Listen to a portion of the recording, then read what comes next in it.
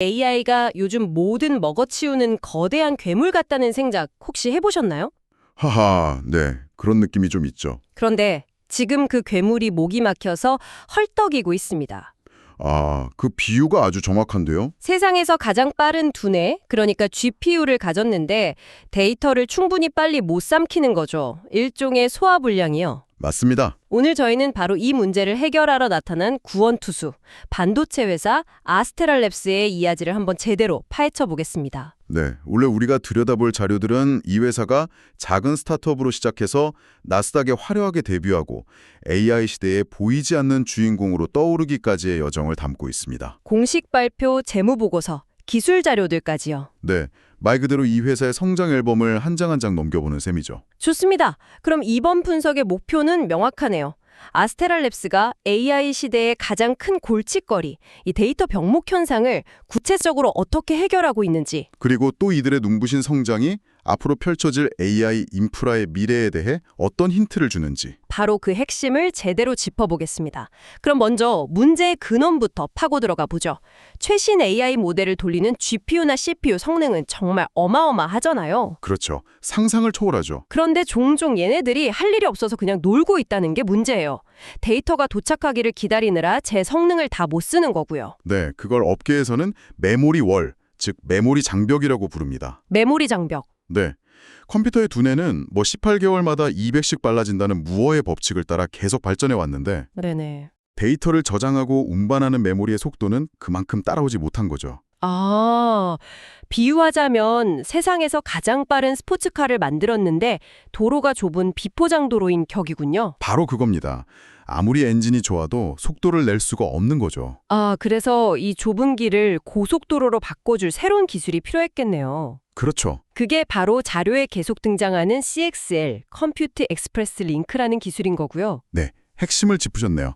CXL은 CPU가 서버 안에 있는 메모리를 훨씬 더 똑똑하고 유연하게 쓸 수 있도록 만든 새로운 오픈 고속도로 표준입니다. 오픈 고속도로요? 네, 지금까지는 CPU가 자기 바로 옆에 붙어 있는 전용 메모리만 쓸 수 있었다면 아, 잠깐만요. 그럼 내 메모리는 나만 쓴다는 이기적인 구조에서 필요하면 옆집 CPU의 메모리도 빌려 쓸 수 있는 뭐랄까 일종의 메모리 공유 경제 모델로 바뀐다는 건가요? 정확합니다. 와, 정말 완벽한 비유네요. 그 공유를 가능하게 하는 핵심 개념이 바로 풀링입니다. 풀링. 네, 데이터 센터에 있는 여러 메모리들을 한데 모아서 거대한 수영장처럼 만들어 놓는 거죠. 아, 그러면 어떤 CPU든 어떤 GPU든 필요할 때마다 그 수영장에서 필요한 만큼의 메모리를 퍼다 쓸 수 있게 됩니다. 더 이상 특정 프로세서의 메모리가 묶여서 낭비되는 일이 없어지는 겁니다. 와, 그건 정말 게임 체인저인데요? 그럼 아스테랄랩스는 바로 이 CXL이라는 새로운 고속도로를 까는 사업에 가장 먼저 뛰어든 회사인 셈이군요. 네, 맞습니다. 이들이 내놓은 제품들을 보니까 이름도 레오, 에리스, 스콜피오, 무슨 별자리 이름 같던데 각각 어떤 역할을 하는 건가요? 네. 이들의 핵심은 단순히 칩 하나를 파는 게 아니라 하드웨어와 소프트웨어가 결합된 지능형 연결 플랫폼을 제공하는 겁니다. 플랫폼이군요. 네, 첫 번째 주자가 바로 리오 메모리 연결 플랫폼입니다. 이게 바로 방금 말씀하신 메모리 풀링과 확장을 담당하는 CXL 솔루션이죠. 이게 그냥 이론으로만 그럴싸한 게 아니라 실제로 쓰이고 있다는 점이 중요해 보였어요. 자료에 보니까 마이크로소프트 애저에서 이걸 쓴다고 나오던데요? 맞습니다. 그게 가장 중요한 포인트입니다. 아, 이 기술이 실험실 수준을 넘어서 세계 최대 클라우드 서비스 중 하나인 애저의 M 시리즈 가상 머신에 실제로 적용됐다는 건 기술의 가치와 안정성을 공인받은 셈이죠. 와, 그럼 실제로 성능이 얼마나 좋아지는지 구체적인 데이터도 있나요? 그냥 좋아진다고만 하면 와닿지 않잖아요. 물론 있습니다. 인텔의 4세계 제휴 플랫폼과 함께 사용할 경우에요. 아스테랄랩스의 레오 컨트롤러를 쓰면 메모리 용량은 최대 1.5배. 1.5배요? 네. 그리고 메모리 대역폭은 50%나 증가하는 반면 데이터 접근에 걸리는 지연 시간은 25% 감소한다는 데이터로 발표했습니다. 잠깐만요. 이건 거의 마법 같은데요? 애플리케이션 소프트웨어는 하나도 안 건드리고 그냥 이 칩 하나를 추가했을 뿐인데 하드웨어 성능이 이렇게나 올라간다는 거잖아요. 바로 그겁니다. 기존 시스템을 바꾸지 않고도 성능을 극적으로 끌어올릴 수 있다는 점. 이게 클라우드 기업들한테는 엄청난 매력인 거죠. 자, 그럼 레오가 메모리 용량 문제를 해결했다면 또 다른 골칫거리가 남습니다. 바로 거리의 문제죠. GPU 수천 개를 연결하려면 데이터 센터 전체를 가로질러야 할 텐데. 그렇죠. EI 클러스터는 이제 컴퓨터 한두 대를 놓는 렉 하나를 훌쩍 넘어섭니다. 아, 여러 렉에 걸쳐서. 네, 여러 렉에 걸쳐 수천 개의 GPU가 연결되죠. 당연히 물리적 거리가 길어지면 전기 신호는 약해지고 왜곡됩니다. 네. 에리스 스마트 리타이머는 바로 이 약해진 PCI에나 CXL 신호를 받아서요. 깨끗하게 증폭한 다음 다시 힘차게 밀어주는 역할을 합니다. 자료에서 특히 인상 깊었던 게 구리 케이블로 업계 최초 7m까지 연결거리를 확장했다는 부분이었어요. 네, 그게 아주 중요하죠. 근데 솔직히 궁금한 게 7m가 그렇게 대단한가요? 그냥 더 비싼 광 케이블을 쓰면 더 멀리 보낼 수 있는 것 아닌가요? 아주 예리하고 좋은 질문입니다. 바로 비용과 전력 문제거든요. 아, 비용. 물론 광 케이블은 더 멀리 신호를 보낼 수 있지만 구리 케이블보다 훨씬 비싸고 전력도 더 많이 소비합니다. 데이터 센터에는 이런 연결선이 수십만 가닥이 필요해요. 그렇죠. 여기서 구리 케이블의 연결 거리를 단 몇 미터라도 늘릴 수 있다는 건 데이터 센터 전체로 보면 엄청난 구축 비용 절감과 에너지 효율성 향상으로 이어집니다. 아하. 아스테라랩스는 가장 현실적이고 경제적인 해결책을 내놓은 거죠. 아하. 비싼 신기술만 고집하는 게 아니라 기존 인프라의 가치를 극대화하는 방법을 찾아낸 거군요. 정말 똑똑하네요. 맞습니다. 그럼 마지막 세 번째, 스콜피오는 뭔가요? 레오가 용량을, 에리스가 거리를 해결했다면 스콜피오는 이 모든 걸 하나로 묶는 역할인가요? 네. 레오와 에리스가 점과 선을 잇는 기술이라면 스콜피오는 이 점과 선들을 모아서 거대한 네트워크, 즉 패브릭으로 엮어주는 기술입니다. 패브릭이요? 천 말이군요. 네. 말 그대로 수많은 그러니까 데이터 경로를 촘촘하게 엮어서 하나의 거대한 천처럼 만드는 거죠. 와. 어떤 프로세서든 어떤 메모리든 이 패브릭 위에 어떤 지점이든 지연 없이 바로 접근할 수 있도록요. 미래 AI 데이터 센터의 혈관을 만드는 사업인 셈이네요. 네, 그렇죠. 아스테라 랩스는 이 스케일업 스위칭 시정이 2030년까지 200억 달러, 우리 돈으로 20조 원이 넘는 시장으로 클 거라고 보고 집중 투자하고 있습니다. 이 회사의 성장 스토리를 보면 정말 한편의 드라마 같아요. 제공해주신 자료들을 시간 순으로 따라가 보니 그 궤적이 정말 뚜렷하게 보이더라고요. 네, 몇 가지 중요한 변곡점들이 있습니다. 2019년에서 2022년까지는 기반을 닦는 시기였죠. 네. 처음에는 PCI 기술에 집중하다가 CXL이라는 훨씬 더 큰 기회를 발견하고 빠르게 방향을 틀었습니다. 아, 처음부터 CXL은 아니었군요. 네, 이때부터 AMD, 인텔 같은 거대 기업들과 협력하며 기술의 초석을 다졌죠. 단순히 기술 개발에만 머무르지 않고 고객들의 신뢰를 얻기 위한 과정이 정말 인상 깊었어요. 어떤 부분이요? 2023년에 설립한 클라우드 스케일 상호 운용성 랩이라는 거요. 제가 예전에 IT 업계에서 일할 때 보면 서로 다른 회사 장비끼리 연결하다가 안 돼서 며칠 밤새우는 게 일이었거든요. 맞아요. 그게 정말 큰일이죠. 아스테라 랩스는 아예 우리한테 오면 그런 걱정할 필요 없어요 라고 보여주는 쇼룸을 만든 거네요. 네, 그 경험담이 이 랩의 가치를 정확히 설명해 줍니다. 아, CXL 같은 복잡한 신기술은 우리 제품이 최고예요 라고 말만 해서는 아무도 믿어주지 않습니다. 그렇죠. 우리는 인텔 CPU와도 AMD CPU와도 SK 하이닉스 메모리와도 마이크론 메모리와도 아무 문제 없이 잘 작동합니다.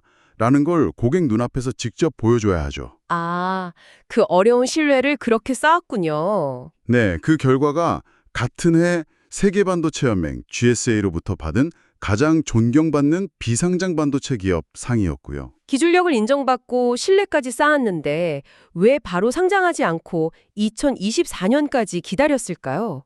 시장 타이밍을 본 걸까요? 전략적인 판단이었다고 봅니다. 전략적인 판단? 네. 기술의 가능성만으로 시장에 나서는 대신 실제 매출로 자신들의 가치를 증명하고 싶었던 거죠. 아, 숫자로 보여주겠다. 네. 그리고 그 결과는 대성공이었습니다. 2024년 3월 ALA의 B라는 이름으로 나스닥에 상장한 후 발표된 재무보고서를 보면 입이 떡 벌어집니다. 얼마나 대단했길래요. 2024년 3분기 매출은 전년 같은 기간보다 206% 증가했고요.